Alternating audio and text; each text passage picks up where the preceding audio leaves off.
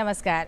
एक नई खुशगवार सुबह नए लक्ष्यों के साथ, नई सफलताओं की उम्मीदों के साथ आप देख रहे हैं डीडी बिहार का मॉर्निंग लाइव शो बिहार बिहान और मैं हूं आपकी अपनी होस्ट निहारिका की बेस्ट वाली गुड मॉर्निंग और स्वागत आप सभी दर्शकों का कार्यक्रम बिहार बिहान में। आज मैं बातें करूंगी और शुरुआत करूंगी नारी से और मैं आपसे कहने वाली हूं, नारी है शक्ति, नारी है अभिमान, नारी से है रोशन सारा जहान। नारी है संघर्षों की कहानी, पर हर संघर्ष के पश्चात लिखती है हर समय हर रोज़ एक नई दास्तान, विजय की दास्तान। और सच पूछिए दर्शकों, तो जो आज की हमारी मेहमान है उनके जीवन में भी है संघर्षों की कहानी और विजय की दास्तान। पर कार्यक्रम की शुभ शुरुआत, सुंदर शुरुआत हम ज़रूर करेंगे। आपको दिखाएंगे आज का अनमोल वचन, ऐसे कथन जो महापुरुषों ने कहे हैं और अगर हम उन पर अमल करते हैं तो हम अपने जीवन को नई गति देते हैं, नई ऊर्जा देते हैं और अपने लक्ष्यों को बड़ी आसानी से उपलब्ध भी करा पाते हैं। आइए नज़र डालते हैं क्या है आज का अनमोल वचन।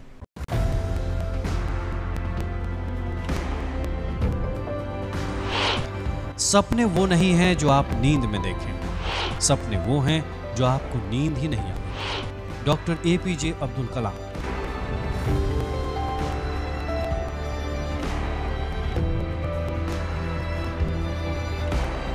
हमारे साथ एक ऐसी मेहमान हैं जिन्होंने बिहार की राजनीति में महिला नेतृत्व को एक नई पहचान दी है।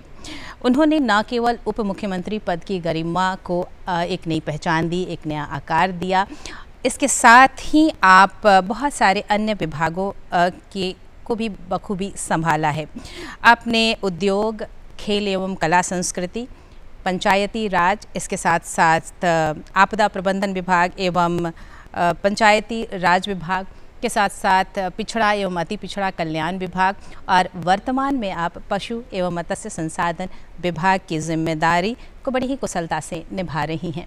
जी हाँ, मैं बात कर रही हूँ हमारी आज की मेहमान पशु एवं मत्स्य संसाधन विभाग बिहार सरकार की मंत्री माननीय श्रीमती रेणु देवी जी के बारे में। जी नमस्कार। हम कार्यक्रम में आपकी मुलाकात उनसे कराएं, उनसे आपको रूबरू कराएं, इसके पहले आपको दिखाते हैं उनके बारे में एक छोटी सी झलक। आइए देखते हैं।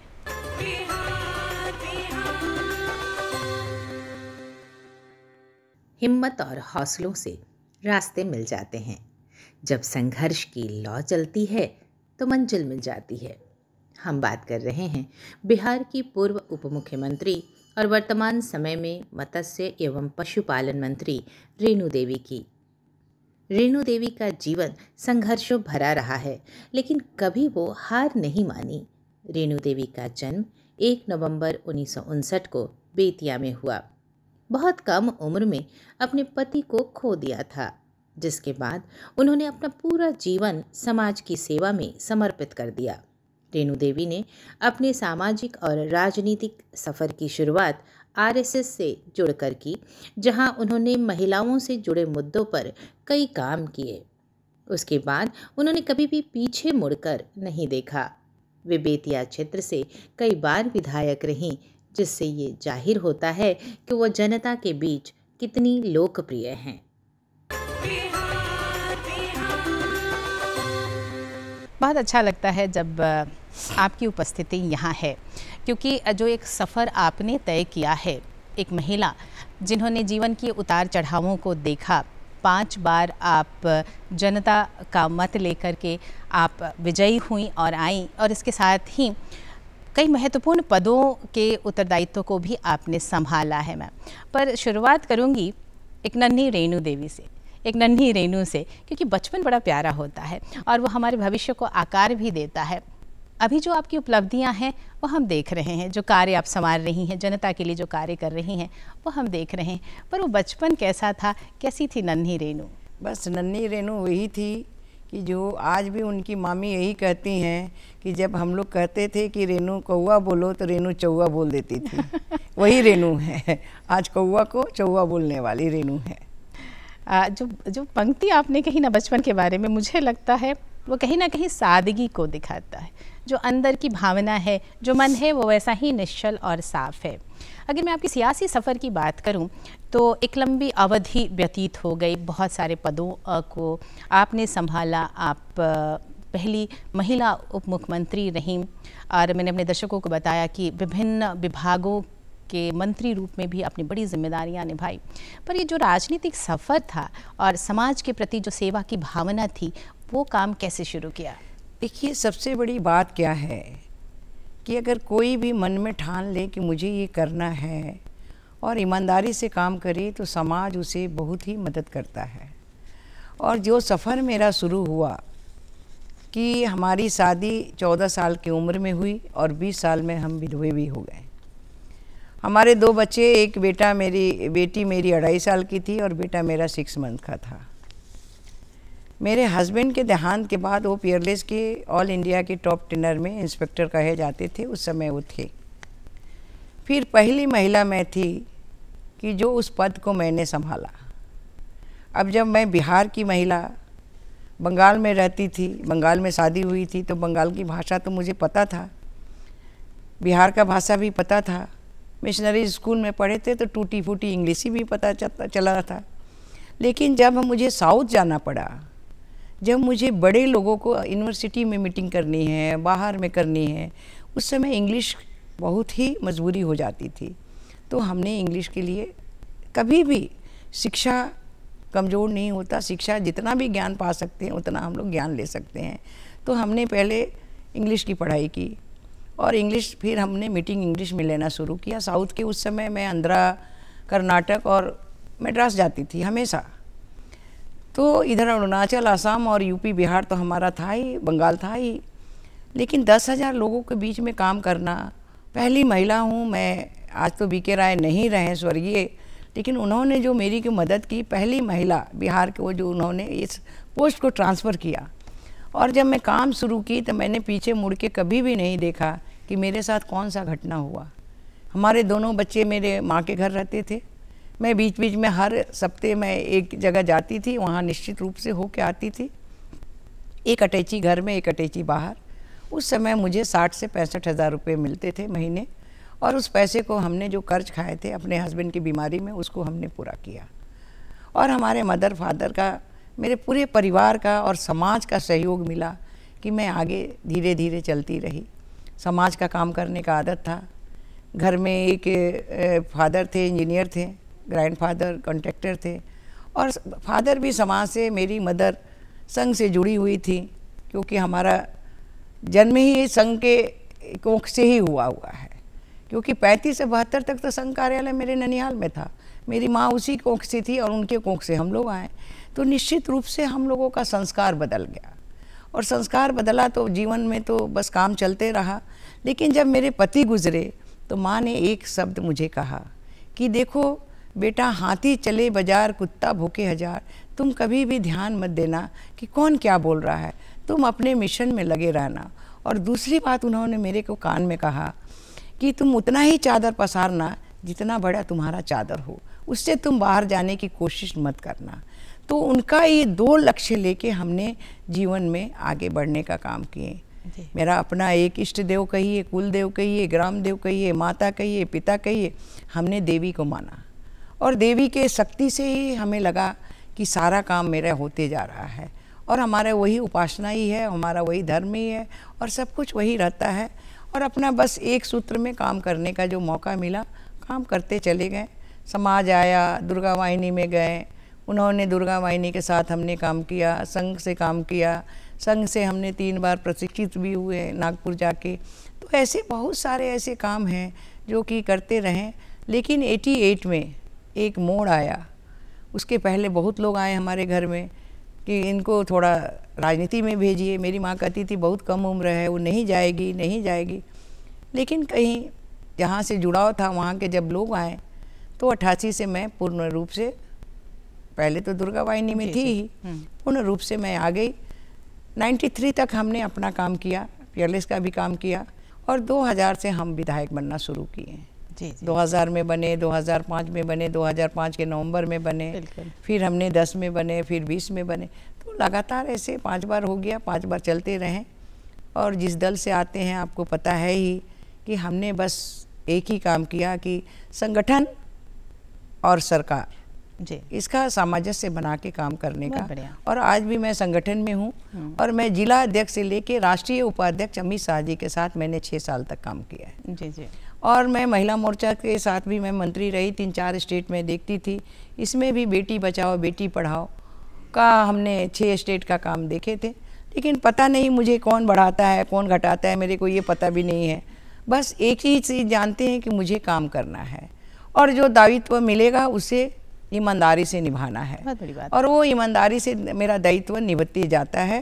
और ईश्वर की असीम कृपा है कि पूरे बिहार के लोग मुझे बहुत सम्मान, बिहार क्या अलग स्टेटों के लोग भी मुझे सम्मान से देखते हैं और सम्मान से मेरा काम भी करते हैं। जी जी जी, जब आप बातें कर रही थी और मैं आपको सुन रही थी तो जो भाव आपके चेहरे पर आ रहे थे मैं उन्हें पढ़ने की कोशिश कर रही थी और मुझे लगा कि मैं एक ऐसी दृढ़ संकल्पित महिला से बात कर रही हूँ जिसने अपने काम को अपना ध्येय माना है और पूरी निष्ठा के साथ आपने हर क्षेत्र में काम किया है। जब भी आपको जो दायित्व मिला, आपने कहा कि शुरुआती दौर पर जब आपके पति के निधन के बाद जब आपने पेयरलेस में काम करना शुरू किया तो वहाँ पर भी बखूबी आपने उन दायित्वों को निभाना। धीरे धीरे आपने समाज सेवा का रुख किया, आप राजनीति में आई, तो जो भी आपको काम दिए गए उसको बड़ी निष्ठा के साथ आपने पूरा किया और जो आप विजयी होकर आई 5 दफ़ा, वो कहीं ना कहीं उस समर्पण को दिखाता है। एक बहुत महत्वपूर्ण बात आपसे करना चाहूँगी, आप बिहार की पहली महिला उप मुख्यमंत्री रहीं, तो वो कैसा अनुभव था? देखिए, हम तो विधायक भी रहे, मंत्री भी रहे, उसके पहले एनडीए की जब गवर्नमेंट आई उप मुख्यमंत्री भी रहे। लेकिन मुझे ऐसा लगा कि ये हमारा दायित्व है और दायित्व का काम निभाना चाहिए। लेकिन मुझे नहीं लगा कि मैं उप मुख्यमंत्री हूँ, मुझे ये नहीं लगा कि मैं मंत्री हूँ। आज भी मैं मंत्री हूँ, मुझे लगता ही नहीं है। मैं समाज की एक बेटी हूँ, समाज की एक बहन हूँ और उस हिसाब से मैं काम करती हूँ। हमारे यहाँ हमेशा दरवाज़ा खुला हुआ है, देश से लोग आए, पूरे बिहार से लोग आए, तब भी हम लोग काम करते हैं। और हमको आज तक अनुभव ही नहीं हुआ कि सचमुच विधायक कौन होता है, मंत्री कौन होता है, उप मुख्यमंत्री कौन होता है। हाँ ठीक है, दायित्व है, दायित्व का काम तो करना है, लेकिन ऐसा कुछ हमको पता ही नहीं चला कि हम लोग क्या हैं। हम एक मनुष्य हैं, एक मानव हैं, एक कार्यकर्ता हैं और कार्यकर्ता के नाते मुझे काम करना है, इतना ही हम जानते हैं। और आपके इस जवाब को मैं समझती हूँ कि ये सबसे बड़ी आपकी ताकत है, क्योंकि वो जो भावना है आपके काम करने के पीछे, मैं कहूँगी जो सादगी है, जो निस्वार्थ भावना है, वो कहीं ना कहीं निकल कर आती है जब आप जनता की समस्याओं को देखती हैं और कहाँ काम करना है इसका चयन करती हैं, तो आपकी सोच वहाँ बड़ा काम कर जाती है। अगर मैं आपके वर्तमान पदस्थापन की बात करूँ, क्योंकि एक बहुत ही अहम विभाग की जिम्मेदारी आपके पास है, हम कृषि पर आधारित अर्थव्यवस्था है और वहाँ पशुपालन का बड़ा ही महत्वपूर्ण स्थान है। बड़ा ज़रूरी है कि इस क्षेत्र पर हम ध्यान दें और बाकायदा आप इस पर काम कर रही हैं। तो इस क्षेत्र को बढ़ावा देने के लिए क्या प्राथमिकताएं आपकी हैं? सचमुच इसको बढ़ावा देने के लिए जब मैं आई हूँ पिछले साल जी इस विभाग में, तो इस विभाग का हमने अध्ययन किया है और अध्ययन के बाद में अभी आप देखे होंगे कि माननीय प्रधानमंत्री जी के योजना से, माननीय मुख्यमंत्री जी की योजना से आज 535 हमारे एम्बुलेंस चल रहे हैं प्रत्येक प्रखंड में और औसतन हर ज़िले में 10,000 हम एक गाड़ी जो है हमारी 10,000 तक हम पशुओं को देखते हैं। ये महीने का मेरे एक ज़िले का रिपोर्ट है, एक महीने में हम 10,000 पशुओं का इलाज करते हैं। और ये कैसे करते हैं कि हमने पहले 1962 पर फ़ोन करते हैं और जहाँ ज़रूरत होता है वहाँ हमारे डॉक्टर, कंपाउंडर मेडिसिन के साथ में वहाँ पहुँच जाते हैं। दूसरी बात है कि हमारे लोगों को काफ़ी परेशानी होती थी लोन वगैरह लेने में, तो बैंकर्स की भी मीटिंग हुई, उसमें हमने उल्लेख किया कि ये नियम नहीं है, इस नियम को शिथिल करने के बाद हमारे गांव के लोगों को ज़्यादा जो है पशुधन मिल सकता है। तो वो भी बात अभी चल रही है और हो भी गया है और हम समझते हैं कि ये बहुत दूर तक जाएगी।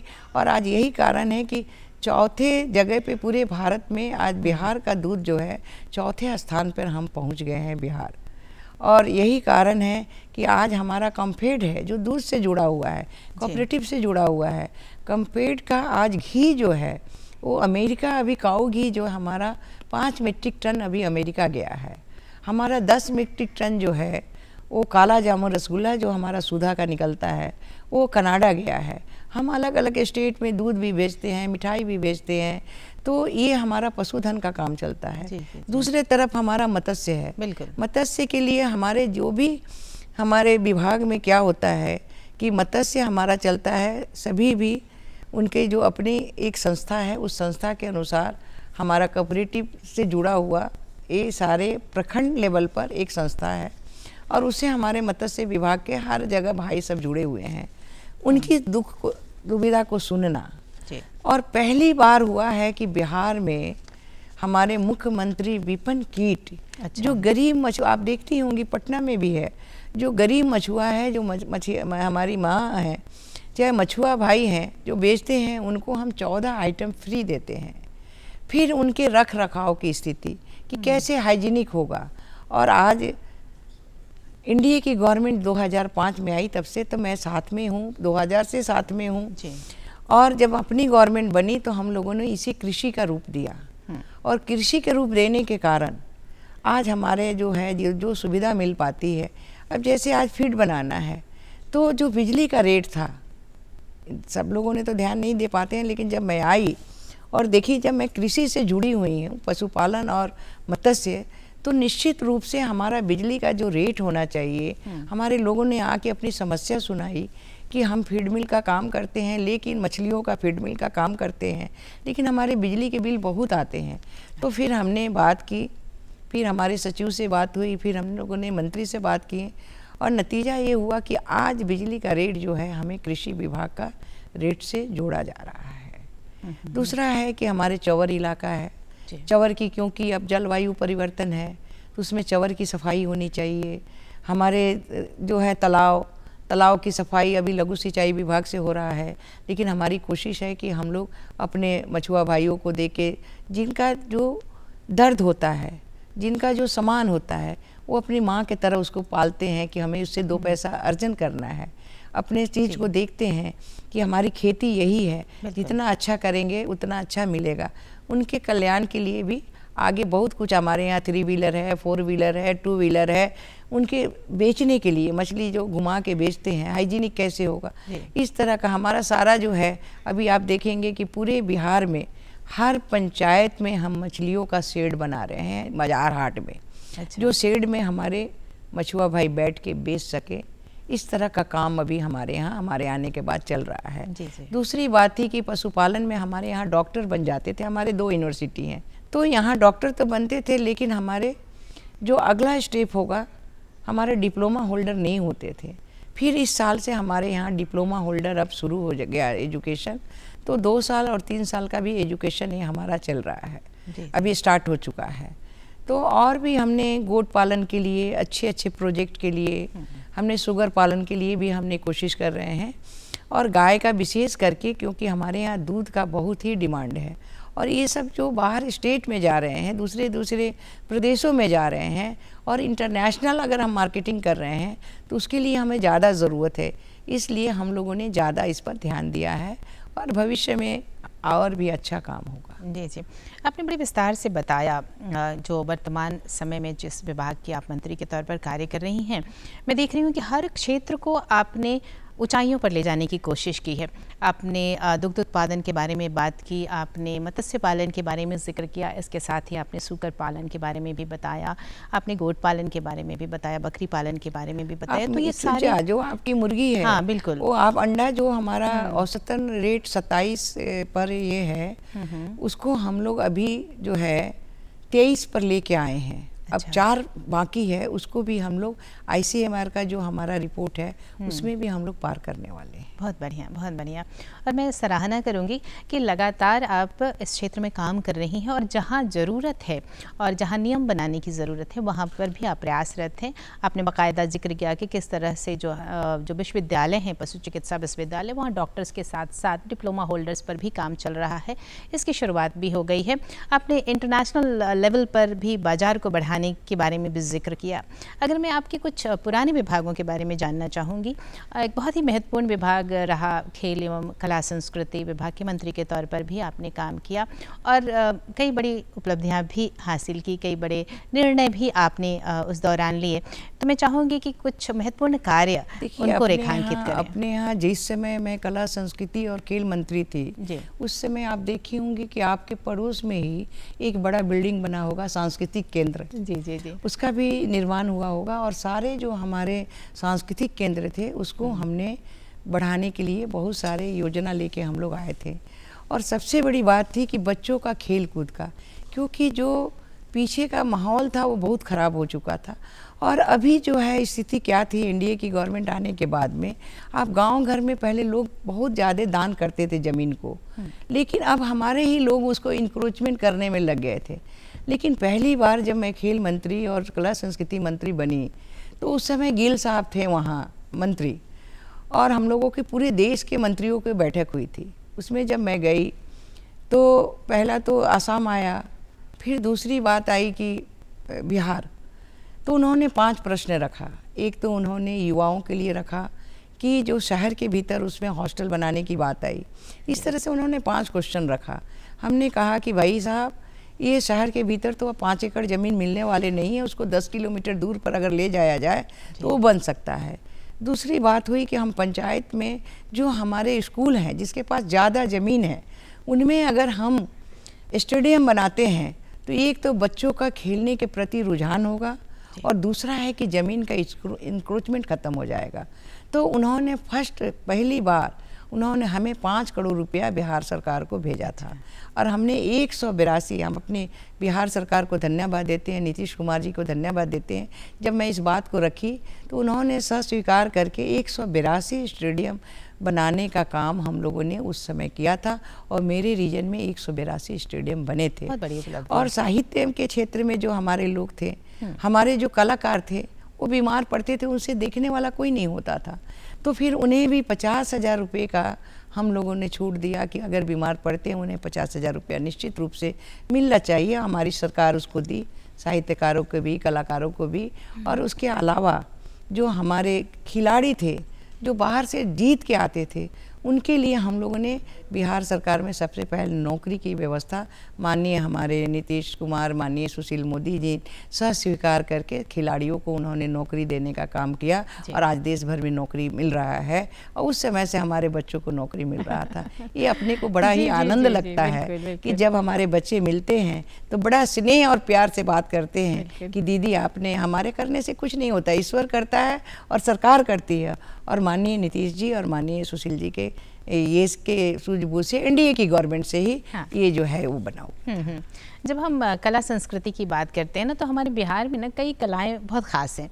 अगर मैं मिथिला पेंटिंग की बात करूं या भिखारी ठाकुर जी की जो रचनाएं हैं उनकी बात करूं, हमारी जो लोकगीत हैं उनकी अपनी खासियत है, तो उन्हें अंतर्राष्ट्रीय स्तर पर ले जाने के लिए निश्चित रूप से उस समय से हम लोगों ने प्रयास किया और आज अंतर्राष्ट्रीय पर, चाहे वो मधुबनी पेंटिंग हो, चाहे हमारा बिहार का लोकगीत हो या हमारा जो त्यौहार है उसका हो, उस समय से एनडीए की गवर्नमेंट ने जितना प्रयास हम लोग किए हैं आज उस क्षितिज पर पहुंचाए हैं। मुझे गर्व होता है अपनी सरकार पे। बिल्कुल, और एक बिहारी होने के नाते हमें बिहारी होने के कारण तो और गर्व होता है कि हमारा छठ का पर्व पूरे देश विदेश में मनाया जाता है और ये है हमारी संस्कृति की, हमारी संस्कृति और संस्कार, बिल्कुल सही, ये दोनों हमारा क्षुण्ण रहता है। बिल्कुल सही कहा आपने। अगर मैं पंचायती राज की बात ना करूं तो हमारी बातचीत अधूरी रहेगी और आप पंचायती राज मंत्री के तौर पर भी हमने 3-4 महीने पंचायती राज के मंत्री के तौर पे काम किया। उसमें हमें जो कमियां दिखाई पड़ी, जो हमारे अपने इंजीनियर वहाँ होते थे, अपने जो है जिला के पदाधिकारी, जो पंचायती राज पदाधिकारी होते थे, या और भी हमारे पंचायत को कैसे सहायता मिले, ज़्यादा काम हो सके, उसके लिए हम लोगों ने काम किया। और इनका जो दायित्व है उस दायित्व को निर्वहन करने के लिए हम लोगों ने उनका पूरा काम किया था। चाहे वो इंजीनियर जो हमारी बेटियाँ थी, बेटे थे, सबको जिला वार्ड करना। और पंचायती राज में सबसे बड़ी क्या बात है कि जो जिला परिषद अध्यक्ष होते हैं और माने हमारे भाई जो सरकारी अधिकारी डीडीसी होते हैं, दोनों में नहीं पटना, दोनों से बातचीत नहीं होने के कारण बहुत सारे काम पेंडिंग हो जाते हैं। अगर सौहार्दपूर्ण वातावरण नहीं रहा तो पहला इतिहास है कि उस समय पूरे बिहार के हमारे डीडीसी और चेयरमैन को एक साथ बैठा के हम लोगों ने मीटिंग की और हमारा सौहार्दपूर्ण वातावरण बना। जी जी। तो जो छोटी सी भी अवधि रही वहाँ आपने जो मूल समस्या थी उस पर काम किया और वो सौहार्दपूर्ण वातावरण बनाने की आपने पहल की। आप के पास दायित्व रहा पिछड़ा एवं अति पिछड़ा कल्याण विभाग का भी, और वहाँ जो आपकी उपलब्धियाँ रहीं उसके माध्यम से बहुतों को बहुत लाभ भी मिला। मैं चाहूँगी कि हमारे दर्शकों को थोड़ा संक्षेप में बताएं। देखिए, सबसे बड़ी क्या बात है, मैं उसी वर्ग से आती हूँ और हमने उसके दर्द को देखा है जी। क्योंकि बच्चे में क्वालिटी है लेकिन साधन नहीं है, और हमारी सरकार उसके लिए ही बनी है, चाहे केंद्र की सरकार हो चाहे बिहार की सरकार हो। हमने पिछड़ा अति पिछड़ों पर ज़्यादा काम करने की हमारी कोशिश थी। पहले 280 हमारे बेड के हॉस्टल होते थे और उसी में पढ़ाई होती थी, लेकिन अब हम लोगों ने +2 की पढ़ाई और साथ साथ हॉस्टल उसमें दे के 520 बच्चों के लिए, लड़कियों के लिए, विशेषकर लड़कियों के लिए, बच्चों का तो है ही, लड़कियों के लिए जो हम लोगों ने व्यवस्था की, और उसे हर क्षेत्र में जाने के लिए हमने उसके लिए प्राइवेट जो है हमारे यहाँ अभी भी चलता है क्लास जो है वहाँ क्लास चलता है, उनके ट्यूटोरियल क्लास अगर आप कहेंगे, और कॉलेज से दिलवाते हैं, हमारे बच्चे जो पढ़ना चाहते हैं उसमें पढ़ते हैं। उनकी सारी व्यवस्था, जो तैयारी करना चाहते हैं, जो तैयार होकर निकल के आते हैं, उनकी पैसे की व्यवस्था, इस तरह का काम हम लोगों ने किया। और 520 बेड का पूरे बिहार में हमारा विद्यालय बन रहा है जी, और जगह बहुत अच्छे बन भी गए हैं। हाँ। हमारे बच्चे रह भी रहे हैं। तो एक जो ये क्षण क्या आया, बच्चों को पढ़ने का जो उत्साह मिला है वो बहुत आगे बढ़ा। क्योंकि जो आर्थिक समस्या होती है ना, कभी कभी रुकावट के तौर पर आ जाती है, तो इसलिए आर्थिक समस्या के लिए ही हम लोगों ने उसे आर्थिक नीति में जोड़ के उसे आर्थिक मदद करते हैं। जी, आज आप देखी होंगी, जहाँ हमारे अनुसूचित जाति के भाई हैं, जहाँ हमारे अति पिछड़े के लोग हैं, जिनको 1000 रुपये मिलता था 2000 रुपये हम लोगों ने कर दिया। जो अनाज मिलता ही है उसके साथ और सारी व्यवस्था, उनके यहाँ तक कि जो तैयारी करते हैं उसके लिए भी हम पैसा देते हैं, और उसमें जब क्वालिफाई करते हैं तो उनको ज़्यादा पैसा देते हैं जी। तो मकसद ये कि जो प्रतिभाएं हैं, प्रतिभाओं को उभारने का काम उभर कर आए। हर तरह से प्रतिभाएं हमारी बढ़ रही हैं। आज देखिए, बच्चों को खेलो इंडिया आज आया कि हर पंचायत में हमारे यहाँ अभी जो है खेल का मैदान बन रहा है, लेकिन मैं 2008 से लेके 2009-10 में तो यही काम करती रही, तो इसमें भी हमारे बच्चे सब बढ़ चढ़ के आए थे। जी। जब भी हम देश के विकास की बात करते हैं, प्रांत के विकास की बात करते हैं ना, तो रोजगार एक बड़ा अहम सवाल होता है, और अभी जो वर्तमान परिवेश है वहाँ स्टार्टअप्स की बड़ी भूमिका है, क्योंकि वो सिर्फ एक व्यक्ति को रोजगार नहीं देता, बल्कि कई बहुत सारे जो युवा हैं उसके माध्यम से रोजगार प्राप्त कर सकते हैं। आपने उद्योग मंत्री का भी दायित्व संभाला, उस दौरान क्या इस पर भी नजर रही कुछ नए काम? सबसे बड़ी बात ये है, मुझे खुशी है जी कि जिस समय हम लोग उद्योग मंत्री बने, वो भी 4 महीने का ही रहा, उस समय हमारे यहाँ कोरोना आया, और कोरोना में हमारे मजदूर आए, और मजदूर जब आए तो उस समय मैं अपने यहाँ के डीएम को धन्यवाद देना चाहती हूँ कि हमारे मजदूर वो मालिक बन गए। हमने स्टार्टअप के माध्यम से उन्हें जोड़ के, और आप देखे होंगे कि आज एक नमूना बनता है कि चनपटिया मॉडल देख लीजिए। चनपटिया में हमारे सारे मजदूर जो बाहर काम करते थे उनको स्टार्टअप के माध्यम से जोड़ा गया, और आज कम से कम 200 ऐसे हैं वहाँ दुकान, 200 ऐसे मशीन लगाए हैं जो अपना काम करते हैं। उनका जो बनाया हुआ सामान वो बॉम्बे क्या, इंडिया में क्या, वो स्विट्ज़रलैंड, भूटान, बाहर जाते हैं उनका सामान बनाया हुआ। तो स्टार्टअप के माध्यम से एक मजदूर जो है आज मालिक बन गया और 50 लोगों को काम दे रहा है। तो ये एक बहुत बड़ा ये काम हुआ। और सबसे बड़ी मैं बात ये कहती हूँ कि जब तक मन में हौसला ना बुलंद हो, जब तक मन को कठोर आप नहीं बना सकते हैं, जब तक आप ऊर्जावान नहीं बनिएगा, तब तक कोई काम नहीं हो सकता है। हल्ला करने से बात नहीं बनती, उससे करवाने से बात बनता है। तो हमारी जो गवर्नमेंट है हम काम कराते हैं और हम इस तरह से आगे बढ़ाते हैं। हमारे यहाँ देखिए आज पशुपालन में कितना अच्छा काम हो रहा है।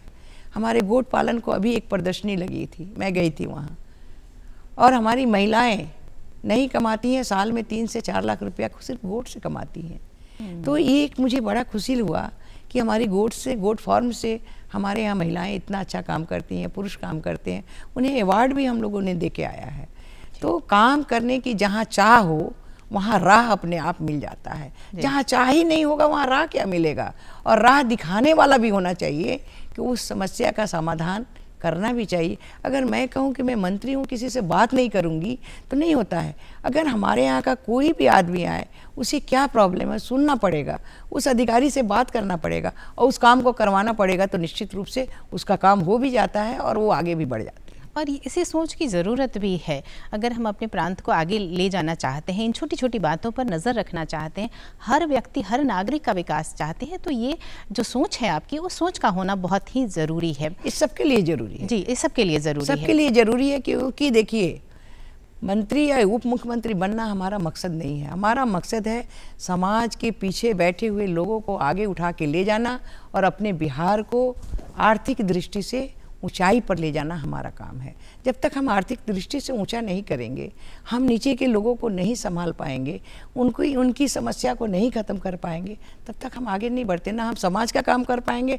ना सरकार का काम कर पाएंगे। हम मंत्री और संतरी बन के रह जाएंगे। इसलिए मंत्री बनिए जी, सरकार में रहिए, लेकिन जनता का भी काम जो है उसको बेखूबी निभाना चाहिए। चाहे किसी भी तरह का काम हो, उसको ईमानदारी से करने की जरूरत है। जी जी। और जो अभी हमने आपसे बातचीत की और हर विभाग के बारे में आपने बताया कि जिस विभाग की भी आपको जिम्मेदारी मिली उसमें आपने बाकायदा काम किया और उस क्षेत्र में आगे बढ़ने की कोशिश की जहाँ कमी थी, जहाँ काम करने की ज़रूरत थी। थोड़ी बातचीत आपके अपने जीवन पर भी। बखूबी बहुत सारे मंत्री पद को आपने संभाला है और मैं कहूँगी उतनी ही जिम्मेदारी से आप अपने परिवार के दायित्व का भी निर्वहन करती हैं। तो ये जो सामंजस्य बिठाती हैं, उसको कैसे बिठाती हैं? देखिए, सबसे बड़ी बात है कि समय के साथ आदमी को ढलना चाहिए जी। और हमने कहा था कि मेरी माँ ने 2 मंत्र दिया था। अगर उस मंत्र को लेके हम चलेंगे, और समाज सबसे पहले होता है परिवार। अगर परिवार हमारा संगठित नहीं होगा तो हम समाज को क्या संगठित कर सकते हैं? हम अपने परिवार को ठीक नहीं कर सकते हैं तो समाज को क्या ठीक करेंगे? तो सबसे बड़ी चीज़ है कि आप सामंजस्य बना के समाज को भी, पहले तो परिवार को, उसके बाद समाज को, उसके बाद और आगे बढ़ते चले जाइए, फिर देश तक जाइए। तो ये जब तक नहीं कीजिएगा तब तक कुछ नहीं होने वाला है। और किसी भी पद पे रहिए, लेकिन अपना जो संस्कृति है, अपना जो संस्कार है, अपने बच्चों को भी दीजिए। हमारे यहाँ माता पिता को क्या करना है, हमें किस देव का पूजा करना है, हमारे यहाँ संस्कृति में पूजा पद्धति भी है और उस हिसाब से बच्चों को ढालना भी है कि बच्चों में अहंकार नहीं होना चाहिए कि हमारे माँ बाप ने ये रहा, ये अहंकार नहीं होना चाहिए। मैं भी जिस परिवार से आ रही हूँ, संपन्न परिवार से आ रही थी। मैं अति पिछड़े की बेटी हूँ, लेकिन संपन्न परिवार से थी।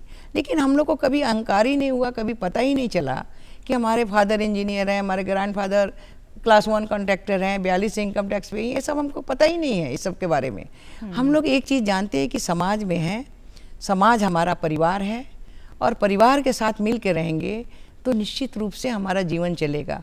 और जीवन में जिस दिन मेरे पति 6 साल के बाद गुजरे, हमने जीवन में एक ही चीज़ माना कि जो भी देश भर का क्या पूरे विश्व के लोग हमारे बाप भाई होंगे और हमारी बहनें होंगी, हमारी भौजाई होंगी, हमारी माँ होंगी। और उसका नतीजा है कि मुझे कभी भी किसी चीज़ की कोई तकलीफ़ नहीं हुई और मुझे पता नहीं कौन मुझे इतना आगे बढ़ाता है, कौन करता है, क्योंकि हमारे संस्कार में नहीं है। बस मैं एक ही चीज़ जानती हूँ कि मुझे काम करना है और काम करते रहती हूँ। मैं ना कहीं जाती हूँ ना आती हूँ, जितना काम मेरे को मिलता है उतना मैं काम करती हूँ और बड़े खुशी खुशी मैं घर में रहती हूँ।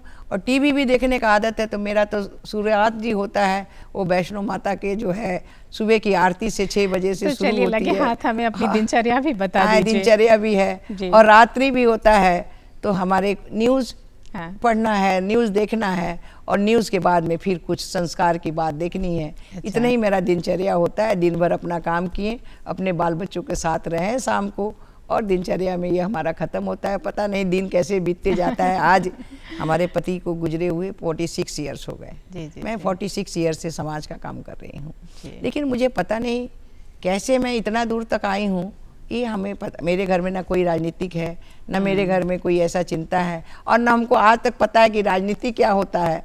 मैं सिर्फ काम करने का हाल जानती हूँ, राजनीति के बारे में मैं पूरा कुछ नहीं बता पाऊंगी। और मुझे लगता है ना, एक मानवता से प्यार जिसे कहते हैं वो है आपके पास। निश्चित रूप से देखिए, मानवता ही तो हमारा, सेवा ही तो धर्म है। कोई भी गरीब गुरबा आया, कोई भी आएगा, घर से एक गिलास पानी, एक कुछ भी अगर उसे ज़रूरत है तो नहीं, खाने के बिना वो नहीं जा सकता है। तो सबसे बड़ा धर्म है मानवता, और जिसको जो आवश्यकता है, निश्चित रूप से ये जीवन क्षणिक है। इस क्षण में जितना हम काम कर सकते हैं, जितना समाज का सेवा कर सकते हैं, आज मुझे खुशी हो रही है कि 2000 में अगर हमें 40,500 वोट मिला, तो अभी 20 में हमें 88,000 वोट मिला, और इसी कंस्टिट्यूंसी में अभी हमने लोकसभा में काम किया तो 94,000 वोट मिला। तो ये समाज का देन है, हमारे सभी गार्जियन हैं, सभी हमारे भाई भतीजे हैं। और जब परिवार हम मानते हैं, क्योंकि हमारे यहाँ वैष्णव कुटुंब की बात होती है, तो हम विश्व को कुटुंब मानते हैं, और ये तो हमारा अपना कुटुंब है। क्या बात। हम जहाँ रहते हैं वो सारे हमारे अपने कुटुंब है। तो जब हमारा बिहार कुटुंब है तो हमें क्या चीज़ की चिंता है। मैं उस कुटुंब से मैं जीती हूँ, उसी के साथ में सोती हूँ, उसी से मैं उठती हूँ। बहुत अच्छी लग रही है आपसे ये बातचीत। एक चीज़ और मैं अपने दर्शकों को ज़रूर बताना चाहूँगी कि आप जितनी निपुणता से आपने मंत्री पद का दायित्व संभाला है, आपकी जो हॉबीज़ हैं, आपके जो शौक़ हैं, वो भी बड़े ख़ास हैं, और आज के कार्यक्रम में हमारे दर्शकों को उसे जानना बड़ा ज़रूरी है। आपके शौक़ के बारे में बताएं। मेरा शौक़ तो कुछ भी नहीं है। मेरा शौक़ है समाज का देखना, समाज का काम करना। मेरा कोई पर्सनल हॉबी नहीं है। मैंने तो, मुझे लगता है कि 40 वर्ष हो गए होंगे पिक्चर देखे हुए। अच्छा। हमने कभी पिक्चर भी नहीं देखा, बस इतिहास के पन्नों को कभी देख लिए, कभी पढ़ाई लिखाई कर लिए, थोड़ा ध्यान दे दिए कि हाँ कुछ, वो भी ज़्यादातर समाचार, वो भी ज़्यादातर कुछ ऐसे जो हमारे मनीषी रहे हैं उनके पुस्तक जी। और ज़्यादा मैं शुरू में पढ़ती थी श्वेत मॉडर्न की पुस्तक। अच्छा। जो आशावादी होता था। और वो आशावादी किताब पढ़ने के बाद हमने कभी आशा नहीं किया, हमने कर्म पर विश्वास किया, और कर्म करते जाओ फल तो मिलते जाएगा, ये तो अपने लिखा हुआ है ही। इसलिए कर्म पर विश्वास करना चाहिए, मेहनत पर विश्वास करना चाहिए, ईमानदारी पर विश्वास करना चाहिए, और खुद को अपने बातों पर मजबूत होना चाहिए कि मैं जो कह रही हूँ वो करना है, मैं जो समझ रही हूँ, अपनी आत्मा की आवाज़ को सुनना सबकी बात है, काम करना अपनी मन से, अपनी आवाज़ से, अपनी आत्मा से कीजिएगा। कभी भी किसी का डर नहीं है, किसी का कोई है नहीं है, आराम से काम करते चलिए, जीवन में आगे बढ़ते चलिए। बहुत धन्यवाद। और अगर मैं आपकी लजीज व्यंजनों की बात करूं, क्योंकि आपका समय किचन में भी थोड़ा जाता है, हमारे दर्शकों को ये जानकारी जरूर निश्चित रूप से जब मैं एक महिला हूँ जी, तो हमारे यहाँ महिला को अर्धनागेश्वरी कहते हैं। तो अर्धनागेश्वरी रहें तो निश्चित रूप से महिला अगर हैं तो किचन में ना जाए तो काम ही पूरा ना होगा, अचार ना बनाए तो काम ही पूरा ना होगा, खाना ना बनाए तो काम ही नहीं पूरा होगा। और जब हम वैश्विक कुटुंब की बात करते हैं कि जब मेरा कुटुंब है तो उसमें किचन में नहीं जाएंगे अपने कुटुंब के लिए खाने बनाने के लिए तो उसमें नहीं कर सकते। मैं तो रोज़ ही एक बार किचन में जाती हूँ और सुबह की सब्जी मेरे ही, सब्जी जो भी बनाए लेकिन मसाला तो मैं ही डालती हूँ और फिर मैं काम करती हूँ। या हमारे क्षेत्र के लोग आ गए, बाहर के लोग आ गए तो निश्चित रूप से हाथ बटा के अपने संगी साथियों जो हमारे काम करते हैं, वर्कर है, उनके साथ भी मैं मिलके काम कर लेती हूँ। बहुत बढ़िया, बहुत बढ़िया। आप छठ व्रत भी करती हैं? निश्चित रूप से छठ करते हैं। आज छठ करते हुए मुझे लगता है कि 83 से मैं छठ कर रही हूँ जी। बहुत दिन हो गए। पिछली बार बहू को देने वाली थी, नहीं दे पाई, अब हो सकता है कि अगली बार दे दूँ।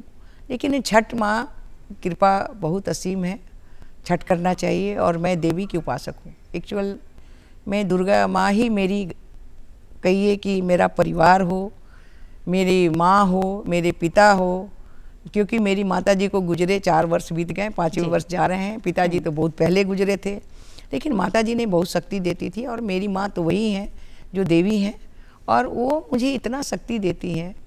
बस उनकी उपासक हूँ मैं जीवन में। बस सुबह 1 घंटा मुझे चाहिए उनके साथ बात करने के लिए, तो ये 1 घंटा हमारा पर्सनल होता है। अच्छा। उनके साथ पूजा पाठ करने के लिए, उनके साथ रहने के लिए, तो यही हमारा दिनचर्या का दिन। और देवी दुर्गा तो हर रूप में हमें कुछ सीख ही देती हैं। दुर्गा माँ के हर रूप को अगर हम देखें तो वो कहीं ना कहीं महिलाओं में जो शक्तियाँ निहित हैं उसका प्रतिबिंबित भी करती हैं। ये तो अपने भारत की संस्कृति है, चाहे कुछ भी हो जाए, अगर हमें कुछ मांगना है तो हम सरस्वती से कहते हैं कि माँ मुझे विद्या दे दो जी। वो कौन है?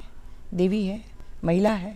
हम अगर शक्ति मांगते हैं तो माँ दुर्गा से मांगते हैं, और अगर लक्ष्मी मांगते हैं तो माँ लक्ष्मी से मांगते हैं।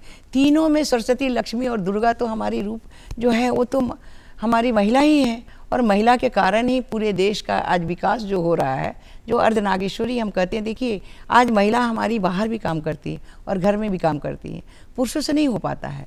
पुरुष तो थक जाते हैं, लेकिन महिला कहाँ थकती हैं। हम कितना भी काम कर लें, मैं 14 घंटा बाहर जर्नी करके आती हूँ, फिर भी मैं खड़े हो जाती हूँ, मुझे ऐसा नहीं लगता है कि मैं थक के आई हूँ। तो ये महिलाओं का गुण जो है, क्योंकि हम झांसी की रानी की तरह आप देख लीजिए कि हम महिलाएं उस समय भी अपने बच्चों को पीठ पर बांध के देश के लिए उन्होंने काम किया। आज बड़े बड़े हमारी जो बहनें हैं, जो कलाकार हैं, जो साहित्यकार हैं, जो बड़े पद पर आज हमारी माननीय जो है बैठी हुई हैं राष्ट्रपति द्रौपदी मुर्मू जी, वो भी किचन में जाती हैं, ऐसा नहीं है। वो भी अपना काम करती हैं, वो भी झाड़ू लगाती हैं अपने जो है देवस्थान को। तो हम महिलाओं को कभी भी कोई बात नहीं लगता है। हमको जहाँ भी आप लगा दीजिएगा, हम उस तरह से उस गाय की तरह नहीं है। गाय तो हम हैं, आप किसी के खूटे में बांध दिए तो वहाँ भी अच्छे दूध दे के, अच्छे संस्कार दे के एक कुल या 2 कुल को हम खुश रखते हैं। लेकिन आज जो है हम हर क्षेत्र में काम करते हुए भी अपने परिवार को लेके चलते हैं। तो मेरी हमेशा यही कोशिश होती है, मैं किसी यूनिवर्सिटी में जाऊं, किसी महिला के क्षेत्र में जाऊं, इतना ज़रूर रखती हूं कि भैया अपना संस्कार नहीं छोड़ना है, क्योंकि हमने 2 घर को देखना है। और जो हमारी संस्कृति संस्कार मिला है, हम जितने उड़ान भर लें, चाहे हम आकाश पाताल और नीचे चले जाएं, लेकिन अपने संस्कार को कभी भूलना नहीं चाहिए। जो भूलेगा वो नीचे गिरेगा, और जो नहीं भूलेगा वो बहुत आगे जाए। बिल्कुल सही बात आपने की। और कहते भी हैं कि वृक्ष जिसकी जड़ें नीचे होती हैं वही वृक्ष स्थिर भी रहता है ना। और जो महिलाएं हैं और नेतृत्व के क्षेत्र में आना चाहती हैं, उनके लिए क्या संदेश देना? निश्चित रूप से उन्हें आना चाहिए।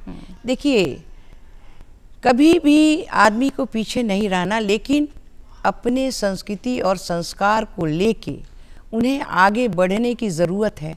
आज एनडीए की गवर्नमेंट ने 50% महिलाओं को आरक्षण दिया, और आज हमारी महिलाएं आरक्षण के अलावा अगर आप पंचायती राज में देखें, आप नगर निकाय में देखें, या आप किसी भी क्षेत्र में देखेंगी, तो पंचायती राज और नगर निकाय में आज 56% से ऊपर में हमारी महिलाएं अपनी काबिलियती जना रही हैं। और उतनी महिलाएं लड़ी हैं जो थोड़े बहुत से हारी भी हैं। सब महिलाएं हमारे एक साथ एकजुट होकर, हमारी जीविका बहन है, हमारी आशा बहन है, हमारी सारे बहनों ने मिलकर जो काम किया है और सरकार को जो बढ़ा रहे हैं, ये सबसे बड़ी काबिलियत की बात है। इसलिए हम अपने बहनों से मैं कहना चाहती हूँ कि जिस क्षेत्र में हो, एजुकेशन के क्षेत्र में, इंडस्ट्रीज़ के क्षेत्र में, आपको जिस क्षेत्र में काम करना है, निश्चित रूप से अगर लगन के साथ आप काम करेंगे और ईमानदारी के साथ और अपनी संस्कृति को अक्षुण्ण रख के काम करेंगे, तो बहुत आगे बढ़िएगा। इसलिए इसमें कहीं दो राय नहीं है। जी जी जी, आपने बहुत अच्छा संदेश भी दिया। और जब भी अगर अलग अलग विभागों का दायित्व आता है आपके पास, तो आप अपनी कार्य प्रणाली को निश्चित करने के पहले, डिसीजन लेने के पहले किन क्षेत्रों पर ध्यान देती हैं? नहीं, निश्चित रूप से देखना चाहिए कि अगर हमारे पास जो विभाग आ रहा है, किस क्षेत्र में हम कमज़ोर हैं, कहाँ हमारे लोग नहीं हैं, और उस क्षेत्र को मजबूत करने के लिए हम लोगों ने वैसा प्लान बनाते हैं। हमारे साथ में हमारे अधिकारी भी हैं, हमारी सचिव भी हैं, और सब एकजुट हो के जब काम करते हैं तो काम बहुत आगे बढ़ता है। और यही कारण है कि अभी आपको सुनने के लिए मिला होगा कि पशुपालन और मत्स्य में कुछ दिखाई पड़ रहा है, हम आगे बढ़ रहे हैं। जी जी जी, चूँकि आपने पशुपालन एवं मत्स्य विभाग की बात की, जिस विभाग की जिम्मेदारी अभी आपके ऊपर है, तो जो गौ पालन है ना, वो हम प्राचीन काल से भी करते चले आ रहे हैं। और आपने भी जिक्र किया कि जो दुग्ध उत्पादन है उसका बाजार भी उतना ही बड़ा है। तो क्या दुग्ध उत्पादन को बढ़ावा देने के लिए भी कोई योजना लेकर आ रही है? हमारे यहाँ बढ़ावा देने के लिए भी गौ पालन के लिए हमने बहुत बड़ा अभियान चला रखे हैं। अभी अभियान हमारा चलेगा, अगले महीना से दिखाई पड़ेगा आपको कि कितना अभियान हमारा तेज है, कि हम जो हमारे पशुपालक भाइयों को जो तकलीफ़ हो रहा है, उस तकलीफ़ को दूर करने के लिए अभी हम लोग सेतु का काम कर रहे हैं। वो सेतु तुरंत बन जाएगा, और उसमें हमारे पशुपालक को इस बार हमको लगता है कि 5 से 7 हज़ार हमारे पशुपालक को इस बार पशु मिलेंगे और निश्चित रूप से वो काम करें। जब भी हम दुग्ध उत्पादन की बात करते हैं ना, तो देशी नस्ल की गायें हमारे पास होती हैं और विदेशी नस्ल की भी गायें होती हैं जिनका दुग्ध उत्पादन ज़्यादा होता है, तो क्या इस क्षेत्र को भी बढ़ावा देने के लिए? नहीं, हमारे यहाँ देशी नस्ल के तो हमारे यहाँ काम ही चल रहा है। अच्छा। हमारे यहाँ बहुत सारे क्षेत्र में जो हमारे यहाँ गाय की अलग अलग प्रजाति है। गिर गाय है, गिर गाय का भी आप देखे होंगे कि उसका हमने ज़्यादा, और अभी विशेष करके काम हम लोग कर रहे हैं जो हमारा सीमन है। सीमन स्टेशन आप देखे होंगे, पूर्णिया में है, पूसा में है, मोतिहारी में है, हमारे माधोपुर में है। हमने बाछियों के लिए सीमन पैदा किए हैं। वो सीमन जो है हमारी जो गाय पैदा करेंगी वो सिर्फ बाछी ही पैदा करेंगी। वो सीमन दे के हम आगे बढ़ाने का काम कर रहे हैं हर प्रजाति के हम अपने गौ लोगों को। बिल्कुल। तो ये लगातार आप प्रयास कर रही हैं कि जो अभी गोट का हमारा जो अभी सीमन का जो काम हो रहा है वो हमारा अभी गया टेकारी में अभी हम लोगों ने सीमन स्टेशन बनाए हैं। इसी तरह हमारा स्टेशन जो है पूर्णिया का है, हमारा स्टेशन जो है पूसा का है, हमारा स्टेशन जो है मोतिहारी का है। तो ये जो है सिर्फ बाछियों को पैदा करने के लिए हमारा स्टेशन जो है माधोपुर का है। तो इसमें हमारी सिर्फ बाछी ही पैदा होगी, हमारे पशुपालक को बाछी ही मिलेगी, यानी हमारा परिवार बढ़ते जाएगा। हाँ। और गौपालन दुग्ध उत्पादन भी हमारा बढ़ता चला जाएगा। चलिए, अब हम उस पड़ाव पर हैं जो हमारे शो का सबसे चहेता हिस्सा है, और मैं बात कर रही हूँ रैपिड फायर राउंड की। आपको दिए जाएंगे थोड़े हल्के फुल्के से सवाल और आपको जल्दी जल्दी जवाब देना, बिना सोचे हुए जवाब देना है, ताकि जो हमारे दर्शक हैं आपके कुछ अनछुए पहलुओं को भी जान सके। तो मेरा पहला सवाल आपसे है, तैयार हैं आप? तैयार हैं आप? तैयार है जी, बोलो। चलिए बताइए, आपका पसंदीदा खाना क्या है? मेरा पसंदीदा खाना क्या है? मैं तो बैगन की सब्जी ज़्यादा पसंद करती हूँ। चलिए, ये राज की बात आज हमने जान ली है। पसंदीदा त्योहार बताइए। हमारा तो त्योहार अगर पसंदीदा है तो छठ तो है ही हमारा सबसे बड़ा त्योहार, लेकिन मेरे जब दशहरे आते हैं तो विशेष करके हमारे दोनों दशहरे में पूजे होते हैं। अच्छा अच्छा, चलिए। मैं चैत्र नवरात्रि भी करती हूँ और फिर ये भी नवरात्रि करती हूँ। जी जी। अगर राजनीति में नहीं होती किसी कारणवश तो आप कहाँ होती? देखिए, राजनीति में तो कैसे मैं आई, मुझे तो राजनीति आज तक पता ही नहीं चला। हाँ। लेकिन मैं तो एक पड़ाव ऐसा भी था कि अब आपको जब मैं कहूँ तो दिल की बात, अगर मैं क्या कहूँ दर्शकों को, मैं 77 में मेडिकल कंप्लीट की थी। अच्छा। लेकिन मेरी बच्ची थी 1 साल की, मेरे हस्बैंड मुझे जाने नहीं दिए। मुझे पता नहीं, मुझे मेडिकल नहीं जाना हुआ और मुझे इस क्षेत्र में आना था, तो मुझे ये भी नहीं पता कि मैं इस क्षेत्र में कैसे आई। तो ईश्वर ने आपका चयन किया, ईश्वर ने क्या किया है, और ईश्वर ने ही मुझे यहाँ तक पहुँचाया है, समाज ने मुझे पहुँचाया है। मैं कहीं से भी नहीं हूँ। तो मैं एक मानव हूँ, मैं एक कार्यकर्ता हूँ, मैं एक महिला हूँ। तो मेरे पास आपके लिए अगला प्रश्न भी तैयार है। आपके पसंदीदा गायक और गायिका? देखिए, हम तो लता मंगेशकर की जो बात होती है ज़्यादातर उनकी बात, और भजन में अगर कहिए तो फिर अपने लखनऊ से जो भाई साहब हैं उनकी गज़ल ज़्यादा हम सुनते हैं। कि आपका पसंदीदा पर्यटन स्थल कौन सा है? मैं तो ज़्यादा देवी दर्शन करते रहती हूँ जी। अगर मैं बिहार प्रांत की बात करूं तो हमारे पास भी बहुत सुंदर सुंदर पर्यटन स्थल है। निश्चित मैं जाती हूँ। कहाँ का जिक्र करेंगे? वाल्मीकि नगर जाती हूँ, वहाँ पे जाती हूँ। जब सीता मैया का देखती हूँ, लौह कुश का जीवन देखती हूँ, वहाँ का सड़क, क्योंकि वो तो थोड़ा सा बॉर्डर में चला गया है, तो उस हिसाब से हमारा जो है उस बात को भी ध्यान में रहता है कि एक महिला अपने किस समाज के लिए, जो उन्होंने अपने पति की सम्मान रखने के लिए अपने को दांव पे लगा दिया। क्योंकि जब वहाँ की जनता ने आलोचना की, उन्होंने अपनी पति की रक्षा के लिए ये नहीं की कि ये नहीं हो, पति पर कोई आरोप ना आए, वाल्मीकि जी के पास में जाके उन्होंने सेवा करके और अपने दोनों बच्चों को वहाँ पे हर तरह से पाला पोसा जी। और ये बहुत शिक्षा के क्षेत्र में हमें लगता है कि उनका जो इतिहास है सीता का, तो वो बहुत बड़ा ही अद्भुत है जो सीता का इतिहास है। तो इस इतिहास को भी समाज की नारी को समझना पड़ेगा कि जब जरूरत पड़े तो सीता के तरह भी बन के हमें अपनी संस्कृति की रक्षा करते हुए भी काम करना पड़ेगा। और चलिए, लगे हाथ ये भी बताते चलिए कि आपका पसंदीदा रंग कौन सा है? पसंदीदा रंग कौन सा, कलर ज्यादा पसंद करते हैं? तो कलर जो भी मिल जाए सब राम राम है। हर कलर से प्यार है आपको। आपके जीवन का कोई यादगार पल? देखिए, जीवन का क्या यादगार पल होगा, दुख का पल होगा। यादगार जो जीवन में इतना बड़ा घटना घटा, दोनों बच्चे मेरे साथ में नहीं थे। दोनों बच्चे उस समय 6 महीने का बेटा मेरा घर पे था, मेरी मदर के घर में, बेटी भी मदर के घर में, और अकेले जो महिला अपने पति को लेकर अगर रहे और उस समय घटना घटे तो वो पल कभी जीवन में भूल नहीं सकता है आदमी। तो मूल बात ये है कि जब आप मन से निश्चल हैं और आपके मन में कोई छल कपट नहीं है, आप अपने लक्ष्यों पर केंद्रित हैं, आप दृढ़ संकल्पित हैं, तो फिर ईश्वर खुद ब खुद आपको आपका रास्ता दिखाते चले जाते हैं।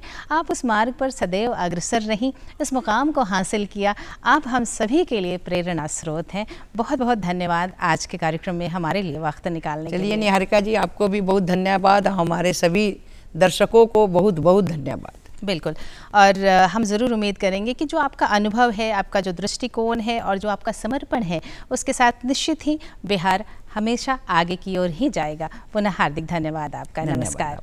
और दर्शकों, ये थी आज की हमारी विशेष बातचीत पशु एवं मत्स्य संसाधन विभाग बिहार सरकार की मंत्री माननीय श्रीमती रेणु देवी जी से। उनके जीवन के बहुत सारे पहलुओं को हमने जाना और बहुत कुछ हमने सीखा भी। एक महिला कैसे संघर्षों का सामना करती है, अडिग रहती है, अपने साफ मन के साथ निरंतर आगे बढ़ते चली जाती है, और यही तो हमें करना है, निरंतर आगे बढ़ते चले जाना है और सफलताओं को हासिल भी करना है।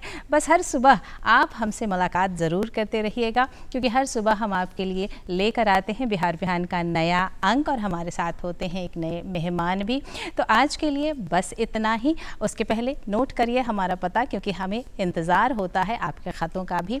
इसके लिए नोट करिए हमारा पता और हमारा ईमेल भी। हमारा पता है कार्यक्रम बिहार बिहान, द्वारा केंद्र निदेशक, फ्रेजर रोड, पटना 80001। हमारा ईमेल आईडी है directorddkpatna@gmail.com। तो बस अपना प्यार बिहार बिहान पर यूं ही बनाए रहें। हर सुबह हमसे आपकी मुलाकात होगी। आज के लिए बस इतना ही। Have a wonderful day. अपना ख्याल रखिएगा। निहारिका को दे अनुमति। नमस्कार।